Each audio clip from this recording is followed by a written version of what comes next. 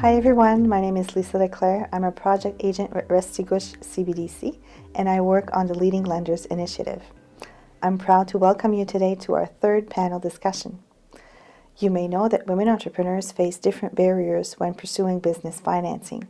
Today, we bring together lenders and women entrepreneurs to crack open the conversation on a discussion titled Overcoming Biases and Stereotypes. As you know, biases are individual preferences in relation to a person, a group, or a thing, and stereotypes are generalizations made about categories or groups of people. Leading Lenders is delivered by the Restigouche Community Business Development Corporation, in other words, Restigouche CBDC.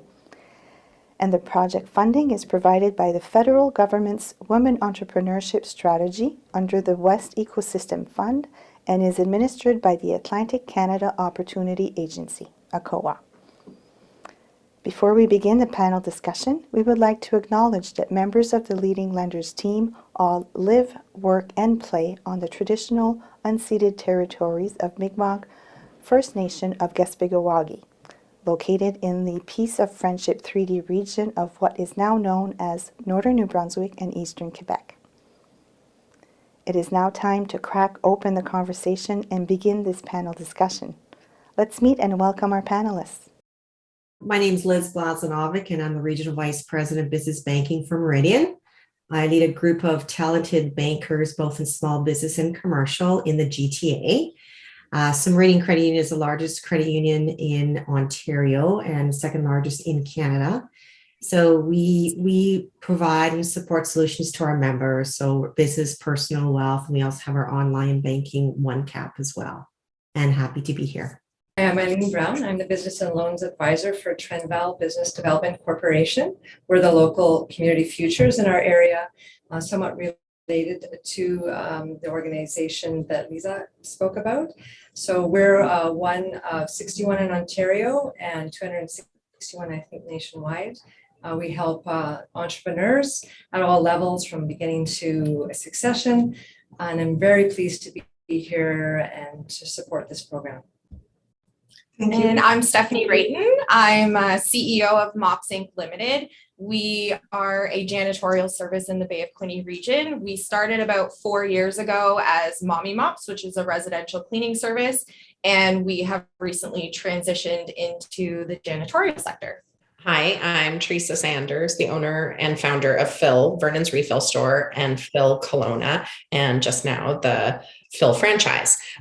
So Phil is a refill store where you can come and fill your cleaning and hygiene products using your existing containers. We offer local and Canadian products that are plant-based and organic in an effort to try and minimize plastics in the environment. And I'm really proud to say that we are over 210,000 plastics that we've saved since opening, which I'll put in Canadian terms is just over 90 hockey rinks of plastic. Wow. Wow. So Erica DeGrasse, also thrilled to be here. That's a tough one to follow. Holy jumpins. So I work as a business account manager out of live in Bathurst, New Brunswick, currently working from home. And I'm with the Royal Bank of Canada, so RBC. So we all know RBC is a global corporation. And we actually have over 80,000 employees with RBC, mostly in Canada, but worldwide. But more locally speaking, we are a team of 16 business account managers for across our province and in our region, so northeastern New Brunswick, we are 3. I'm happy to say that we had someone join us in the Bathurst region who will be helping to look after Campbellton, Dalhousie, Bathurst, and the Peninsula. So we're 3 in our region right now. Good afternoon, everyone. Catherine Lanting from Women in Business New Brunswick. So I am the director of, it's a nonprofit organization, and we help women entrepreneurs or aspiring women entrepreneurs to start their business, grow their business, and export their products or services. And that is throughout New Brunswick. We are a team of 7, and we have multiple projects. It can include all the Atlantic provinces. We have a project with our sister organizations, and we also have projects in leadership. But mostly we really focus on women entrepreneurship. So first question, what are some of the biases and stereotypes you have witnessed or heard of when it comes to women entrepreneurship? Who would like to go first? Sure, I'll start.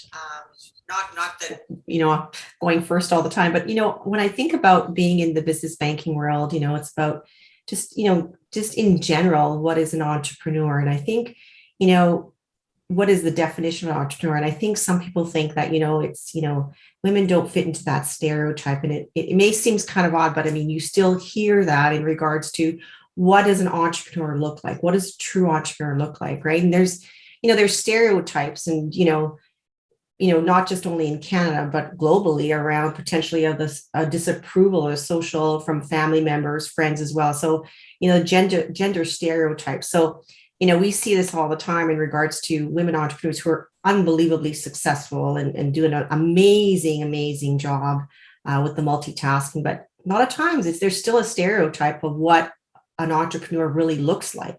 So that's very, very general. There's many more, and I'm sure there's many more people on the line that'll probably share a little bit about what are some other stereotypes as well. If I can continue, I hear, not just me, but the whole team, we hear all kinds of stories. We meet so many women entrepreneurs. Like I mentioned, we really help them. We provide training, but we also put them in contact with consultant. And something that pops into my mind when I hear that question is, I remember talking with a male consultant, and when I was asking him his approach on how he was focusing more on export, and when I was asking him, how do you approach your clients? What's your process? And he said, well, to me, I always make sure that their personal values are aligned with their entrepreneurial values.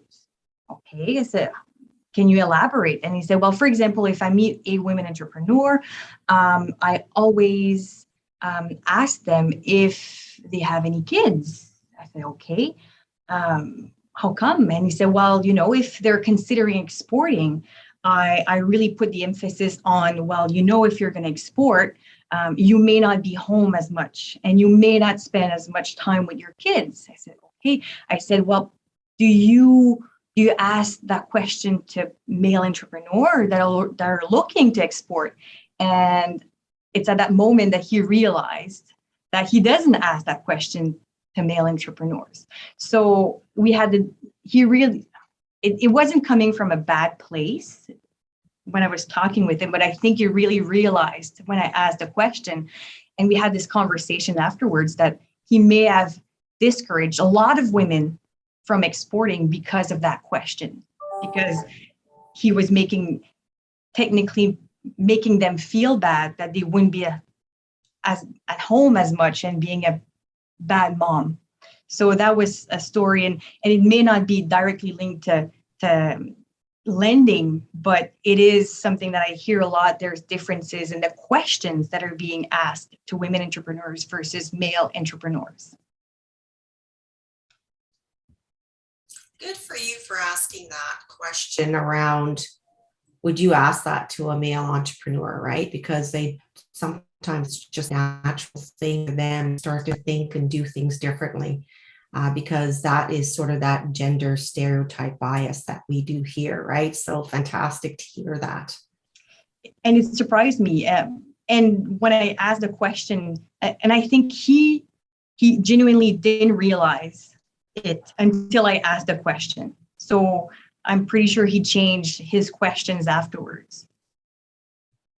One place that would drive me as I'll say a driven woman is if I'm continuing, because I would hope that I have considered that as someone who's going to a consultant for help, is that it would drive me toward another consultant. Wouldn't drive me away from, it wouldn't drive me away necessarily from pursuing my goals. It would certainly make me look for someone who may have their line in my same direction, as kind of using his example. So someone who may be aligned more with my direction and what my intentions would be with my business, then maybe he would be. And that's good learning. We should always be learning. So good for you for helping him evolve a little bit, and, for that next business person, for whomever may be getting his help. One thing I would offer from my standpoint is I've had a pretty exceptional banking experience, I would say. So I'm in the role of banking. This is going on 6 years. And I came into role of banking, not from a banking perspective or banking education background, but it's because another female was in the role of management who asked to speak to me because we had some alignment in the community on things that we were volunteering to do. And I had a friend who actually she had hired a year prior. So she wanted to talk with me. So I walked into this banking world already surrounded by these really powerful, impassioned female. Some were entrepreneurs on the side of their everyday business world or their everyday job.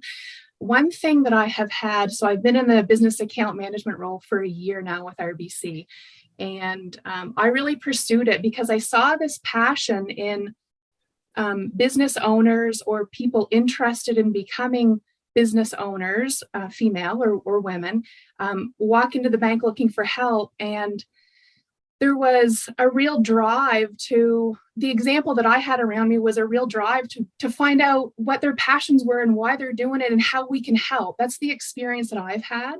The experience now that my clients express to me as a business account manager, this could be someone who has been in business or someone who is looking to be in business, because we're open to do that consulting to try to set them up in the right path for going forward. So an experience that I've had with 3 different female or women entrepreneurs is that they have an awesome plan put together. They have their business plan, they have their projections, they have everything that we would encourage them to prepare before they're moving forward. So we would look for, if it's not RBC that can help, we have online services. So we call it Beyond Banking. So we have links to help with business planning. And if they need help from those templates, then we would go toward our partner like CBDC for looking to get a consultant. One thing that 3 female entrepreneurs have shared with me is that it seems that regardless of their plan that they've put together, when they're looking for family or friend backing, they tell me that it's less likely for them as a woman entrepreneur to be taken serious in their family than it would be maybe their brother or their uncle or their dad. So that's one thing. And that's so familiar. That is like on your doorstep, right? And that's the experience of so many, is just to be taken serious. So that's one very serious bias that I have come around to understand.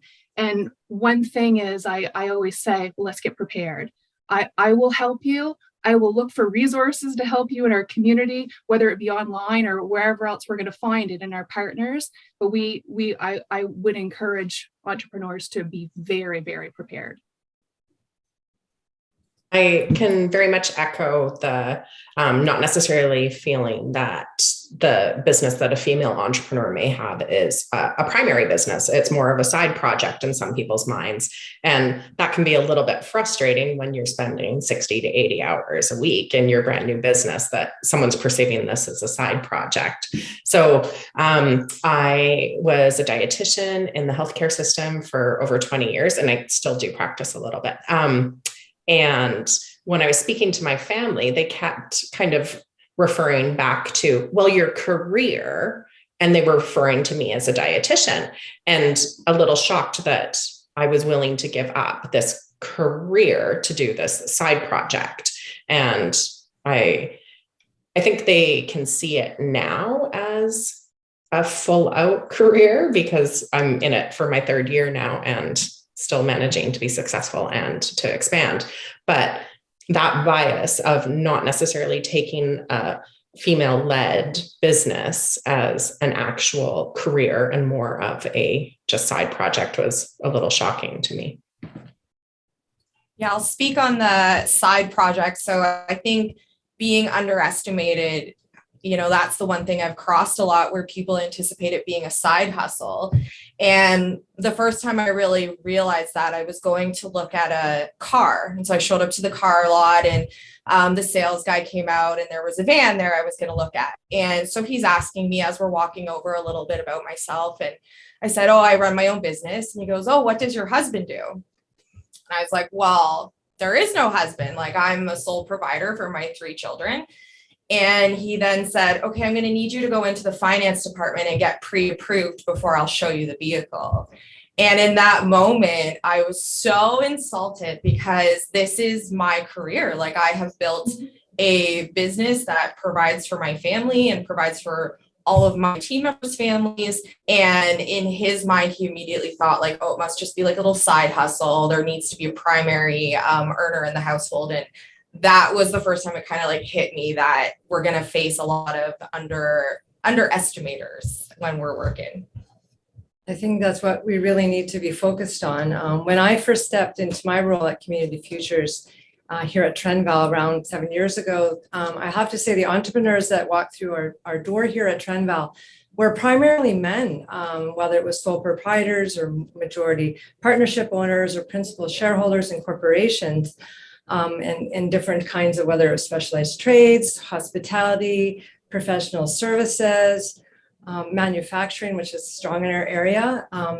But, while women entrepreneurs were scarce at the time, I will say that the few that I had the privilege of assisting, they were feisty, they were determined, they were resilient. And even though they were balancing home and usually they were the primary caregivers of their own businesses, and their bread and butter. So I can say that I am pleased today in the current market of entrepreneurs that I assist. There is a much better balanced split between the women entrepreneurs and males. So that is a real positive, I would say. So my approach to challenging the biases and stereotypes that I see, specifically with entrepreneurship in business, has evolved alongside, I would say, my own professional growth from a gentler, non-abrasive, almost compromising style that I once held that didn't really challenge the norm and views of men that were in charge, so to speak. So today I'm much more progressive. I have an equitable perspective that challenges and removes those traditional gender expectations from the formula. And so what do I mean by that? Well, if a woman entrepreneur walks into my office today, I no longer see her gender as a barrier to business and to business supports. What I believe and what I do believe is changing biases starts with our own vision and broadening our expectations. While we are a society that is not truly evolved with the gender equity equation, there has certainly been an important shift in awareness. This is evident in the rising balance of women to men within business and corporate spheres today. A perfect example, and as you've already heard from, is this young dynamic woman entrepreneur to my left. And I've had the privilege of supporting and knowing her for 5+ years. Miss Stephanie Rayton, CEO of Mumps Inc. Limited. Thank you. So nice. Would somebody like to add something or discuss another bias that they've witnessed or been? Sure, Erica. This was yesterday. So I was sharing this with my dad and husband. So my dad is helping us with some carpentry work around our house. He is really good in carpentry, trained, and like it's where his passion is really. So my sister and I are also good in carpentry. We can do our own projects. We have our tools and all that good stuff. So yesterday I was at the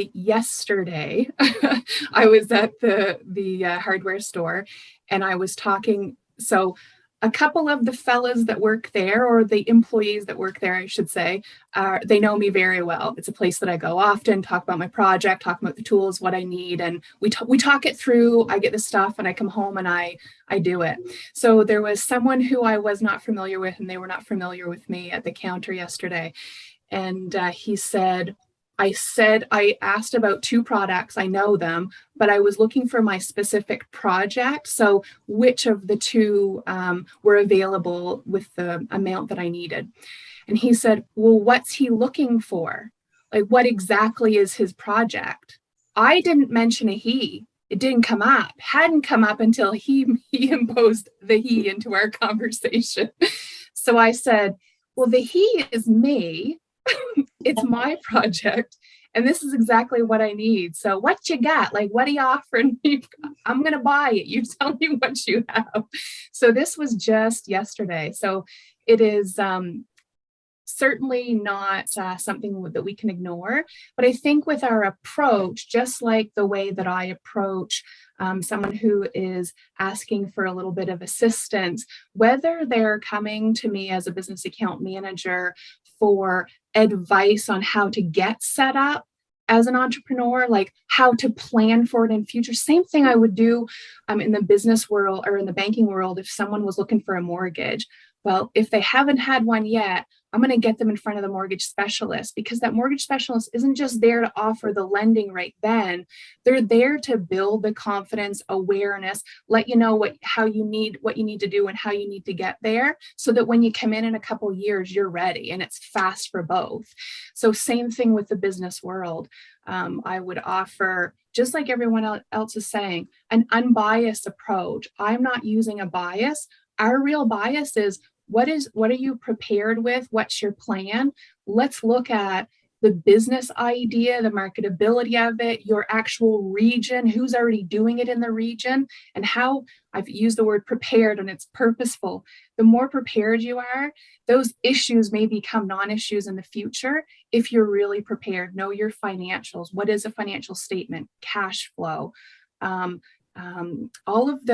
All of those components that really make up a prepared business is going to equal your success. So the only bias we're looking at is, how honestly prepared you are, and looking at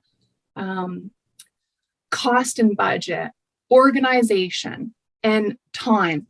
Triple it. That's something I would say coming out of the gate. You guys know, as an entrepreneur, it's not the time you're actually looking at or think it's probably going to take this. Triple that on the amount of time that getting it off the ground, preparing for anything that's going to lead to your success.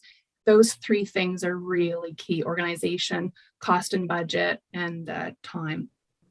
So I'd like to kind of share a story. This is actually recent as well. And, it's not so much the entrepreneur. It's just that obviously I'm a woman in business. I've been in business for 30 years, working with many entrepreneurs, corporations, middle-sized businesses. And we were out buying a car. I was out buying a car recently. And obviously our current environment right now is you can't get a car. Inventory is not there, whatever. So went looking for, a car to see what was available. And it was very interesting in regards to the dialogue that was still taking place when I said, okay, what's sort of the price or whatever? Would you like to have your husband be participating in the call? And I'm like, not really. I mean, I'm going to be the one driving the car. I'm going to be the one. I can make my own decisions. I make my own money. So this just happened over the last 2 weeks, and we're picking up the car on this Friday. So it's still out there for sure. And I think it's just select. And I think it's select groups as well. And I think sometimes it's the different industries as well. It's not until we started talking about some financing options and whatever that he's like, okay, this lady kind of knows what she's talking about. But still, at the end of the day, they still wanted my husband somewhat okay, which was not okay with me. So it's still out there. Erica, you're talking about preparing yourself as a business entrepreneur. I cannot stress that enough as well, because that's so, so key. But also too, and I know this is probably on another question, but it's really about the preparedness and the person you're working with. So when you're working with a financial institution or, a partner, I view us as partners in the banking world. This is about your journey, and it's about your partnership in providing. We have an obligation to support your journey, your dream of where you kind of want to go, right? Not this, sort of, I don't want to say negativity, but these comments around, you need somebody to come and help you, right? This is where your bankers or your advisors are there to support you in your dream, your network, your, obviously, Erica, you mentioned plans and so forth, right? But anyways, it's still out there, and I just experienced it recently, and I'm going to go pick up my keys on Friday at 4:00, but it's still there. And I have boys, I have 2 boys, and I constantly educate them that it really doesn't matter. And I think it starts when they're really, really young, in regards to, it doesn't matter what gender you are. To be successful. So anyways, I'm a little all over the place, but I just kind of want to share that little bit of a story around buying a car as a female. Still out there. And did it bother me? It really bothered me, but hopefully we'll get better. If I can add to that, I think it kind of links well. I think it's all a perception as well in a way. And what I'm trying to say is, I do get questions sometimes about, so the name of our organization is Women in Business New Brunswick. And I do get asked a lot by men, well, what about us?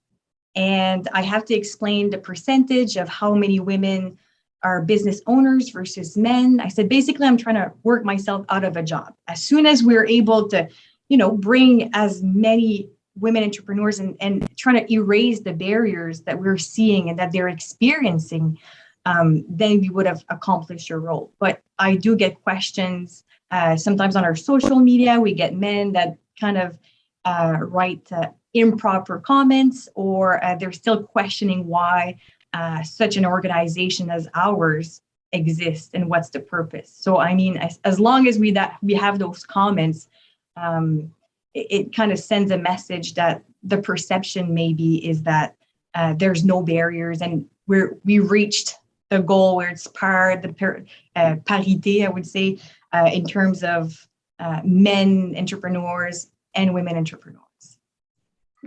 I think that's why it's really important that we're all here today to really address this conversation. I mean, I relate to what everyone's saying here.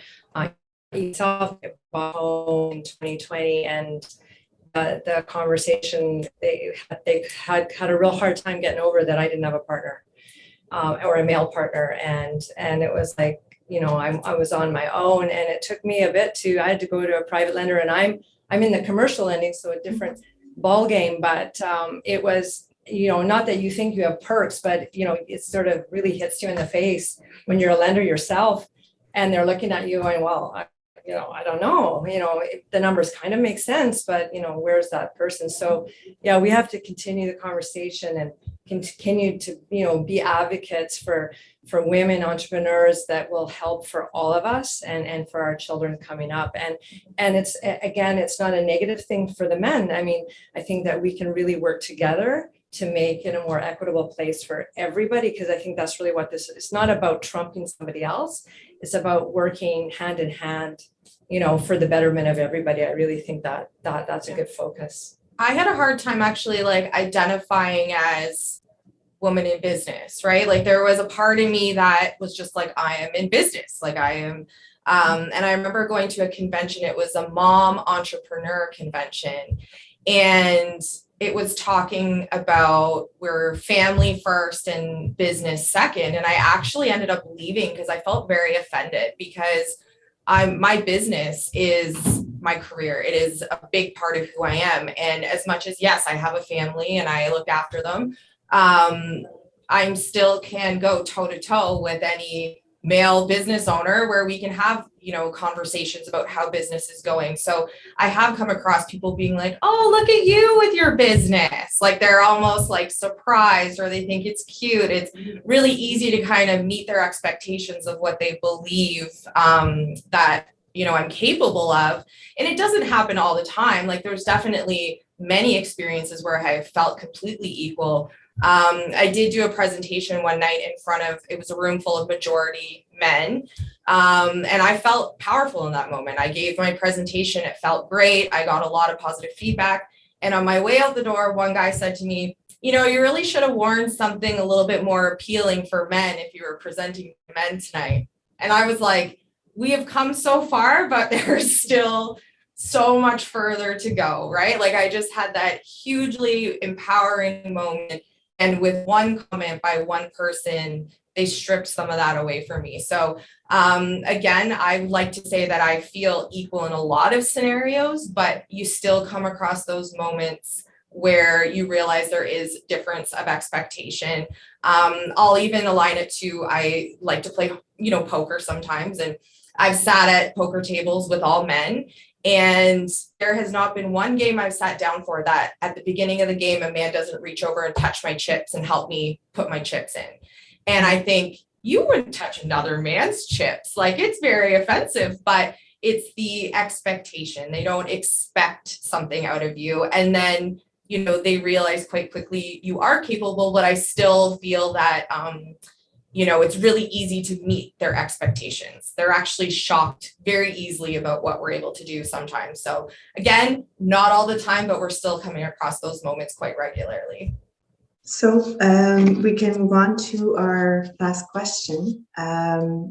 What is your number one tip that you would offer a lender who is working with women entrepreneurs to help overcome biases and stereotypes? I think it goes, it kind of followed my first comment. I think for me, the number one tip would be don't request information or ask questions that you wouldn't ask a male entrepreneur. It seems like all the example I have kind of revolves around what I'm hearing from women entrepreneurs kind of revolves around a question related to families.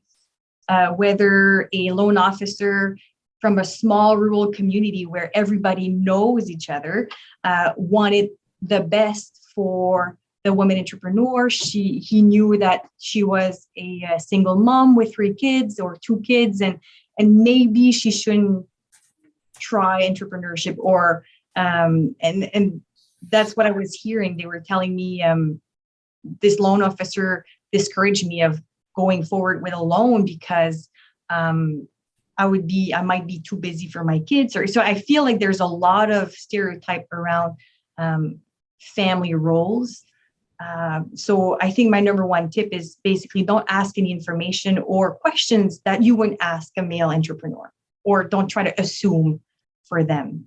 If there was one tip that I would offer lenders working with women entrepreneurs in relation to biases and stereotypes, I guess it would be just to take a minute and really reflect on the community that you serve, and then just think what it would look like if all the girls or young women with dreams of entrepreneurship had the opportunity to succeed. And then as us as lenders, if we're holding that key, the door to success, how would that feel if we could just open that for her?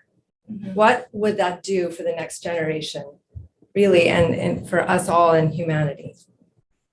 I would say like allowing vulnerability. So I used to go to my first stop was traditional financial institutions. And I was so early on in my business, I had a vision, but I didn't have formal education or anything like that. So you have to present it really well on paper. And I would get no's all the time. And that kind of made me start to think, well, if you don't want me now, you can't have me then.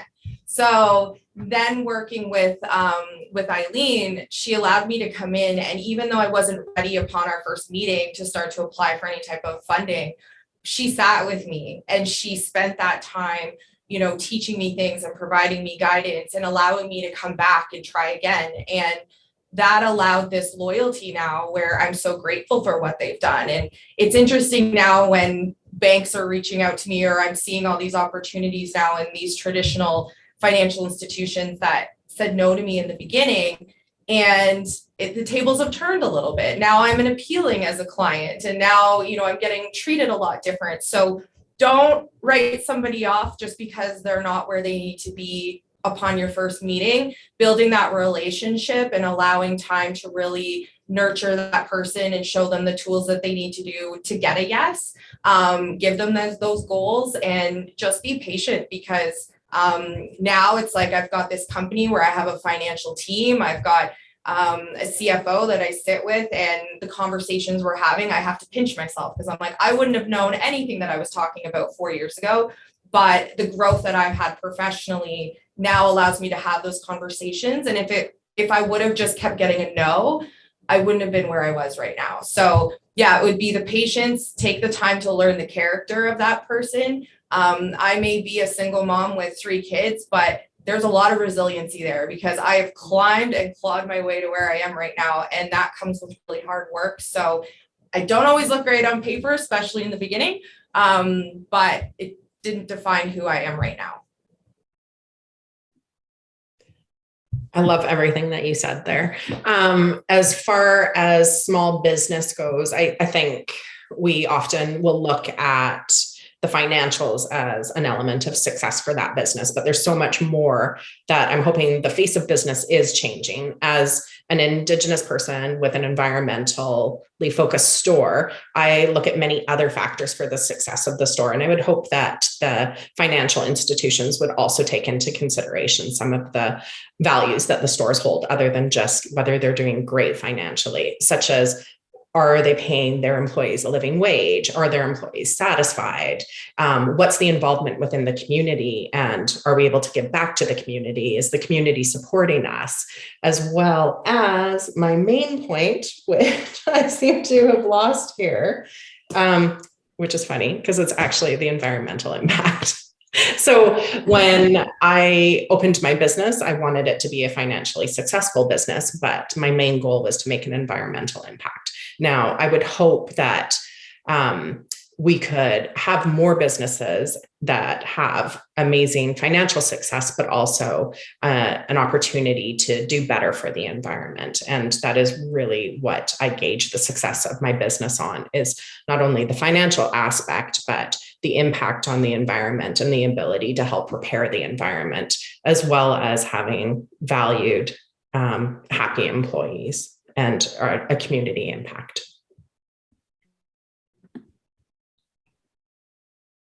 So I think this is really coming from the financial side of things. This is really, really great feedback to us for sure. And being in the industry for many, many years, I've had the opportunity and, and pleasure of meeting many, many different entrepreneurs, being it male or female.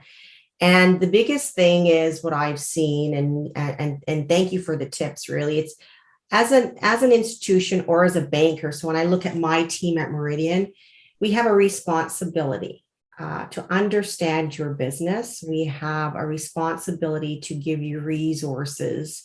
You're right. It's not all paper, and we do look at the paper because that's part of that process.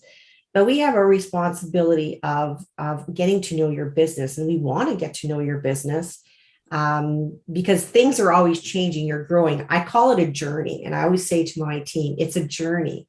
That business is going to change and grow, and it can't, right? So the resources and the tools that every institution has, be it Meridian, be it Royal Bank, be it BDC, we all have tools to support and guide and work with each entrepreneur to get to that level.